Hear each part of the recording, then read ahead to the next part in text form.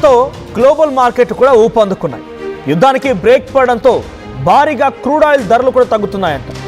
నిన్ననే $120 వరకు వెళ్ళిన భారత్ బ్యారెల్ క్రూడ్ ఆయిల్ ఇటు సీజ్ ఫైర్ పై ట్రంప్ ప్రకటనతో 25% పడిపోయిందట. తాజాగా $94లకు చేరిన క్రూడ్ ఆయిల్ ధర హార్ముజ్ తెరిచేందుకు ఇరాన్ అంగీకరించడంతో అంగీకారంతో మిగిలిన దేశాలన్నీ కూడా ఊపిరి పీల్చుకున్నాయి. ఇక భారత్లో స్టాక్ మార్కెట్ కూడా భారీ ఊరట లభిస్తోంది. 40 రోజులుగా భారీ నష్టాలు పడిపోయిన స్టాక్ మార్కెట్లు కాసేపట్లో ఓపెన్ కాబోతున్నాయి. ఈ నేపథ్యంలో జెట్ స్పీడ్లో దూసుకెళ్తాయన్న అంచనా కూడా ఉంది. బంగారం ధరలకి రెక్కలు వస్తాయంటున్నారు నిపుణులు. మళ్ళీ తులం బంగారం 2 లక్షలకు చేరే అవకాశం కూడా ఉంది. దేశంలో గ్యాస్ ఆయిల్ కష్టాలు తీరే అవకాశం ఉంది. 4 రోజులుగా గ్యాస్ సిలిండర్ల కొరతతో హోటళ్ళు హాస్టళ్ళకి ఇబ్బందులు పడ్డాం. ఇక ఎల్పిజి సిఎన్జి కోసం క్యూ కట్టిన సందర్భాలు కూడా ఉన్నాయి. కాల్పుల విరమణ ఒప్పందంతో ఈ గ్యాస్ మరియు ఆయిల్ కష్టాలు తీరే అవకాశం ఉంది. సో ప్రజెంట్ ఇంటర్నేషనల్ లెవెల్ మార్కెట్స్లో స్టాక్ మార్కెట్ ధరలు పెరిగిపోతున్నాయి. ఇండియాలో కూడా చాలా ఇంపాక్ట్ ఉండబోతోంది. సో కొన్ని కష్టాలు తీరే అవకాశం ఉంది. సో ఇది ఒక సీజ్ ఫైర్ అండర్స్టాండింగ్తో ఎటువంటి పరిణామాలు ఉంటే శాశ్వతంగా యుద్ధానికి కనుక ముగింపు పలికితే నెల పైగా సుమారు 45 రోజులుగా పడ్డ ఇబ్బందులన్నిటి కూడా చెక్ పడే అవకాశం ఉంది. సో ఇప్పుడున్న సిచ్యువేషన్లో ఇంకా అమెరికా అధ్యక్షుడు సీజ్ ఫైర్ అని చెప్పడంతోనే ఇంతటి పరిణామాలు ఉన్నాయి. సో గోల్డ్ ధరలు మళ్ళీ పెరిగే అవకాశం ఉంది. 2 లక్షల వరకు గోల్డ్ ధరలు వెళ్ళే అవకాశం ఉంది. ఇక $120 వరకు పలికినటువంటి క్రూడ్ ఆయిల్ ధర, ఒక బ్యారెల్ ధర ఇప్పుడు అది 25% పడిపోయింది. అంటే ఆల్మోస్ట్ ఆల్ ఒక 80-90 వరకు వచ్చేసింది.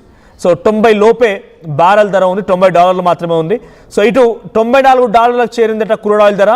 సో ప్రజెంట్ హార్మోజ్ని తెరిచేందుకు ఇరాన్ అంగీకరించడంతో చాలా దేశాలు కూడా ఊపిరి పీల్చుకున్నాయి. భారత్ స్టాక్ మార్కెట్లో కూడా భారీ ఊరట లభించింది. 40 రోజులుగా నష్టాల్లో ఉన్న మార్కెట్లు అన్నీ కూడా ఒక్కసారిగా అమాంతంగా మళ్ళీ దూసుకెళ్లే అవకాశం. మరి కాసేపట్లో మార్కెట్స్ ఓపెన్ కాబోతున్నాయి. మార్కెట్స్ ఓపెన్ అవ్వగానే ఒక్కసారిగా అమాంతంగా ఈ ధరలు దూసుకెళ్లే అవకాశం ఉంది. ఇటు బంగారం ధరలకు కూడా రెక్కలు వస్తాయని చెప్తున్నారు. సో ఇంటర్నేషనల్ ఎక్స్పర్ట్స్ కూడా ఉన్నారు మనతో పాటు. మరి కాసేపట్లో లైవ్లో జాయిన్ అవుతారు. సో అసలు ఏం జరుగుతోంది, ఎటువంటి పరిణామాలు ఉండే అవకాశం ఉంది, సో దీని కారణంగా ఎటువంటి ఇంపాక్ట్ ఉండబోతోంది ఇండియాలో కానీ ఇతర దేశాల్లో కానీ, ఈ అండర్స్టాండింగ్ సీజ్ ఫర్ అండర్స్టాండింగ్ అనేటువంటి నేపథ్యంలో ఎటువంటి సిచ్యువేషన్ ఉంటుందో చూడాలి. యాజ్ ఆఫ్ నౌ గ్యాస్ ధరలకు మనం అమాంతంగా రెక్కలు రావడం కానీ, గ్యాస్ అందుబాటులో లేకపోవడం కానీ రకరకాల పరిణామాలు చోటు చేసుకున్నాయి. సో గ్యాస్ ధరలకు సంబంధించినటువంటి సిచ్యువేషన్ ఎక్స్ట్రీమ్ అవుతున్న నేపథ్యంలో ఒకసారిగా ఈ సీజ్ ఫర్ అండర్స్టాండింగ్ అనేది గుడ్ న్యూస్ అని చెప్పాలి. ఒకసారి డొనాల్డ్ ట్రంప్ కూడా మాట్లాడుకొచ్చారు కాబట్టి డొనాల్డ్ ట్రంప్ మాట కూడా మీకు వినిపించే ప్రయత్నం చేస్తాను. సో డొనాల్డ్ ట్రంప్ ఏం మాట్లాడారు సీజ్ ఫర్ అండర్స్టాండింగ్ పైన, సో డొనాల్డ్ ట్రంప్ ఏం చెప్పారు అవన్నీ కూడా మీకు వినిపించే ప్రయత్నం. ఒకసారి డొనాల్డ్ ట్రంప్ మాటలు విందాం. Because they're very good bullshit artists. That's why for 47 years they've been bullshitting other presidents and they haven't done the job. And people are living in hell. You live in that country, they're living in hell. No, I think that 47 years of this stuff is long enough. They're at the weakest point they've ever been. They have no Navy, they have no Air Force, they have no anti-aircraft weaponry, they have no radar, they have no communication. I think there might be none because they're very good bullshit artists. That's why for 47 years they've been bullshitting other presidents and they haven't done the job. And people are living in hell. You live in that country, they're living in hell. No, I think that 47 years of this stuff is long enough. They're at the weakest point they've ever been. They have no Navy, they have no Air Force, they have no anti-aircraft weaponry, they have no radar, they have no communication. I think there might be none because they're very good bullshit artists. That's why for 47 years they've been bullshitting other presidents and they haven't done the job. And people are living in hell. You live in that country, they're living in hell. No, I think that 47 years of this stuff is long enough. They're at the weakest point they've ever been. They have no Navy, they have no Air Force, they have no anti-aircraft weaponry, they have no radar, they have no communication. I think there might be none because they're very good bullshit artists. That's why for 47 years they've been bullshitting other presidents and they haven't done the job. And people are living in hell. You live in that country, they're living in hell. No, I think that 47 years of this stuff is long enough.